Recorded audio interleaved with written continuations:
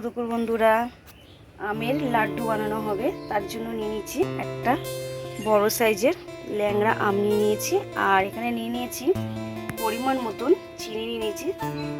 যেহেতু আমটা মিষ্টি বলে ওই জন্যটুকুনি অল্প করেই নিয়েছি। আর এখানে নিয়ে নিয়েছি খোয়া ক্ষীর, আর দেখে নাও ক্ষীর। যেহেতু আমার কাছে এখন বাদাম নেই, তার ফলে আমি দিয়ে দিচ্ছি ক্ষীর। তোমরা চাইলে যে কোনো বাদামই ব্যবহার করতে পারো। আর এখানে হচ্ছে নারকেল, ভালো করে আমি ছোটো ছোটো করে কেটে মিক্সিতে আমি গুঁড়ো করে নিয়েছি। আর নিয়ে নিয়েছি একটা দুধের প্যাকেট। টেস্ট করা হয়ে গেছে, আর দিয়ে দেবো আমি কড়াইতে। কড়াইতে ভালো করে চিনি আর আম দিয়ে ভালো করে নাড়িয়ে শুকিয়ে নেবো। তারপর দেবো নারকেল, দিয়ে দেবো চিনি,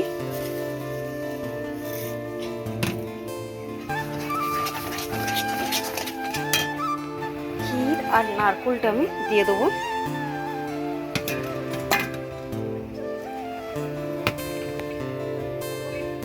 হয়ে গেছে, নামিয়ে নেবো। দেখো বন্ধুরা, এটা গোল গোল শেপে নিয়ে নিলাম। এই গুঁড়ো যে দুধ আছে, দুধের মধ্যে দিয়ে দিয়েছি।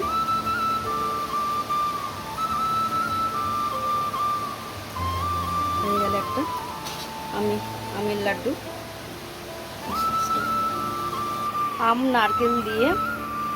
আম নারকেলের লাড্ডু কমপ্লিট হয়ে গেছে। গোল গোল আকারের শেপ দিয়ে গুঁড়ো দুধের মধ্যে কমপ্লিট করে নিয়েছি।